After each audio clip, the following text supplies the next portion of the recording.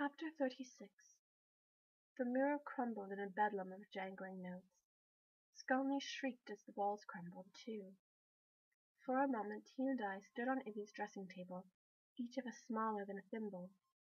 My feet were in a puddle, and I glimpsed shards of the vials that had contained the potions. I saw Ivy drop the tumbler.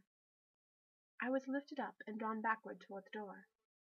As I went, I heard Ivy's cry of dismay, and watched Skulny dwindle and fade from sight. Then I was torn away, through corridors and out of the castle. Again I whirred along the O'Malley Range. Again I was pulled through solid rock. Below was the market cavern. I saw my body covered by a jeweled blanket, surrounded by pillows. Zam knelt at my side, holding my hand. I swooped down. Oh, my face was no longer beautiful. I slipped into myself. The world disappeared. I couldn't move so much as a finger. I was a tiny flame, tinier than a candle's flame, buried deep in a glacier. I felt Zam's hand and weight of the blanket, but they were a mile away. A wisp of air entered the glacier. My ribs rose the slightest bit. My heart beat weakly. Against the weight of a glacier, it could do no more. My heart beat again, and again, and stopped. My flame guttered. My heart beat, and stopped, and beat. I felt my consciousness fade. As my flame winked out, I heard a dog bark. Someone raised me and struck my back. My mouth fell open. The apple flew out. I flared back to life. I breathed deeply, then fainted. I awoke in my cabin bed chamber. Zam sat in the chair next to my bed. Maid Asa? I smiled at him. I loved his kind, leathery face. I tried to thank him for saving me, but my mouth was too dry. I licked my lips. I have broth. He raised my back and piled pillows behind me. I was too weak to help. When I was propped up, he went to a brazier. He poured the broth and brought it to me in a steaming mug. I held out my hands for the mug, but then I couldn't hold it. Zam hadn't let go, so I spilled nothing. My hands on the mug were wide with broad fingers. My old hands. Memories flooded in. Skulny, Ivy. I tried again to speak. Wait. Let the broth cool. Drink, and then tell me. He sat next to me on the bed, holding the mug. I waited impatiently. Someone should go to Antio Castle immediately to protect Uju. Zam held the broth to my lips. I sipped. Root vegetable broth. It tasted good anyway. After a few swallows I found my voice. Pitié, Zam! How long since I spat out the apple? Only yesterday. Then not so much time had gone by. That was a relief. I wondered if I'd really destroyed the mirror. If I had, what had happened to Skulny? Might he have been freed?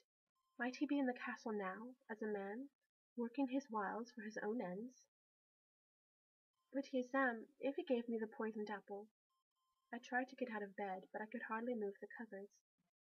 God, Uju is in danger. Skulny hadn't had time to talk to Ivy about killing him, but he might have said enough to get Uju imprisoned or sent on a perilous mission. You need to rest, Zam said. Pitié Boynock, the physician, believes you'll be fine after food and a day's rest. Of course, to be exact, he's never treated a human before. He smiled. But you're part gnome. I smiled back. He was such a good friend, to be exact. Thank you. You saved me again. Not I. I only hovered and worried. His expression changed. Your queen was here? Disguised as a gnome. Maid Asa, a human couldn't disguise herself as a gnome. Not among gnomes. She drank a potion that changed her. Like your beauty potion? I nodded. He said, The prince should be told. I'd never heard about any gnomish prince, only their queen. What prince? Zam hesitated. Prince Ajori. We were going to wait until... My heart stopped again, and then beat wildly. Ajori! God Uju told him where to find you. It was the prince who struck your back and forced out the apple. Where is he now? He isn't part gnome. He can't live down here. He's camped outside our main gateway. Ogres.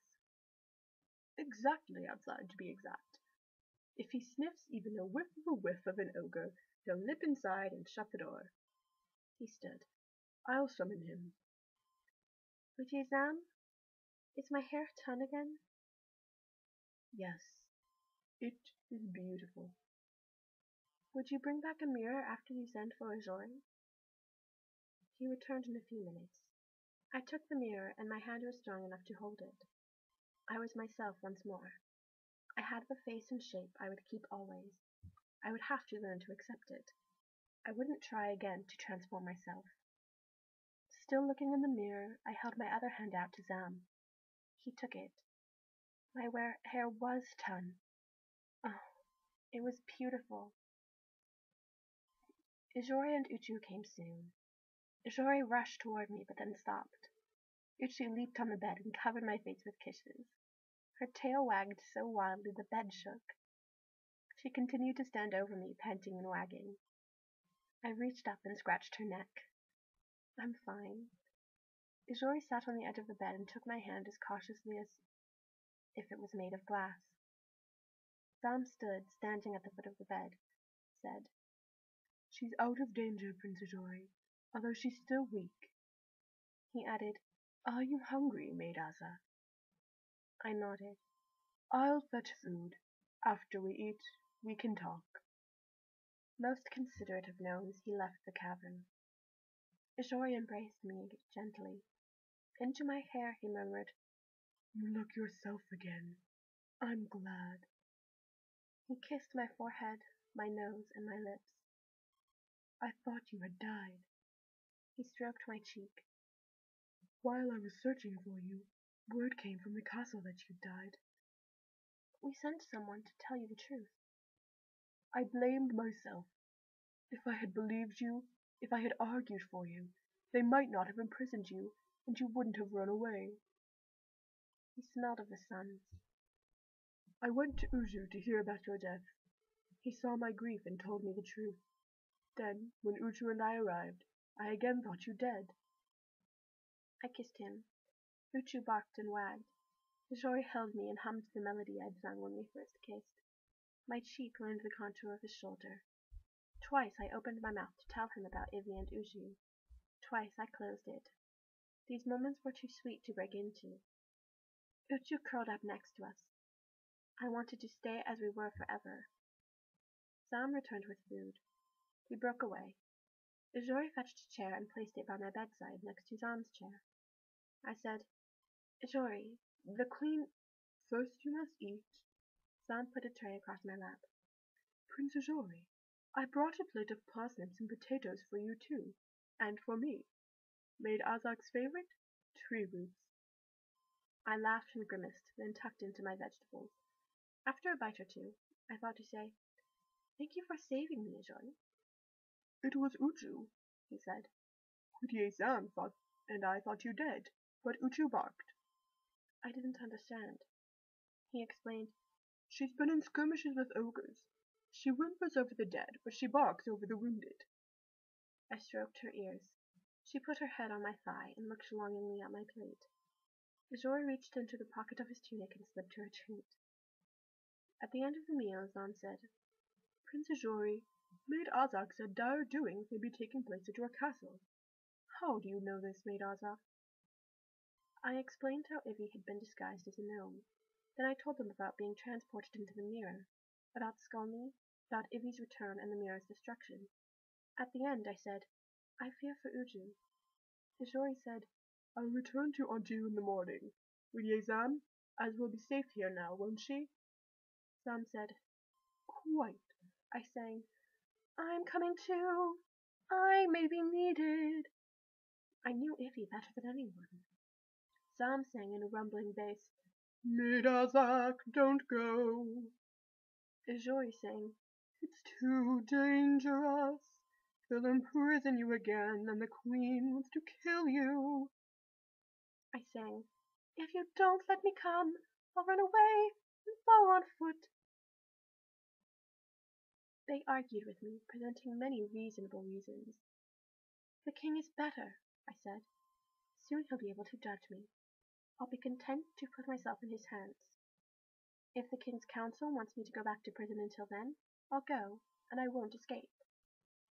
They gave up, and DeJoy left us. He had begun to shift in his chair because the caverns were troubling him. In the morning, the gnomish physician declared me strong enough to travel. I still felt weak, but I kept that to myself. Zom accompanied me to the cavern gateway, where Ajori and Uchu were waiting with 6 gnomes and 9 horses. I blinked in the sunlight. I hadn't been outside, except as an apparition, in 7 weeks. Zom said he and the others would ride with us for the first day. "After that, I think you'll be safe from ogres." We mounted the horses and set out. Uchu stayed close. Ajori said she would, so long as she smelled ogres. The gnomes became noisy and merry, joking in gnomic and guffawing. Zom had never been so boisterous in my presence. Ajori and I exchanged worried glances. Any ogres within 5 miles would hear us. Zom saw our faces. In a low voice, while the others continued their banter, he said, "Maid Azak, Prince Ajori, this is how we behave when ogres are about. We want them to hear us. Adult gnomes are too leathery for them. They break their teeth on us. If they hear us, they stay away." I whispered, "If they won't eat you, why do they care if they find you?" "They're still persuasive and still dangerous." He cocked his head at his companions and smiled. "I assure you, we do not enjoy having so much fun." It's not easy to tell that humor in a foreign tongue is forced, but now I noticed the gnomes were frowning as they laughed. 2 were concentrating so hard they were squinting. It was a hot summer day. The sun was pitiless. Nonetheless, it was splendid to be outside. I'd thought I'd never again see anything as big as the sky, or travel through a landscape, or take in deep swallows of the world's air. We saw no sign of ogres. By afternoon I was weary, but I forced myself to sit straight and endure. I recalled songs and tried not to think, although some thoughts came. If all went as well as we could hope, Uju and Hand, the king's council, persuaded that I'd committed no crime. Ivy would still be queen. I didn't know if I'd be safe at the castle or anywhere in Iortha. When we forded a stream at dusk, Zom declared that we had crossed to greater safety. We camped together and the gnomes took their leave in the morning. I sang, softly, a farewell song to Zom. I had stayed awake late, composing it in my mind. "I can never stop thanking you. I never stop, I never have to say farewell. A river rushes between us. You follow it north, I pursue it south. When I weep because I miss you, my tears will seep through your cavern. Your face is kind as a shawl in winter, or a diamond for a song. My family keeps an inn. You have a chamber in my heart. No rent is due. Farewell, farewell."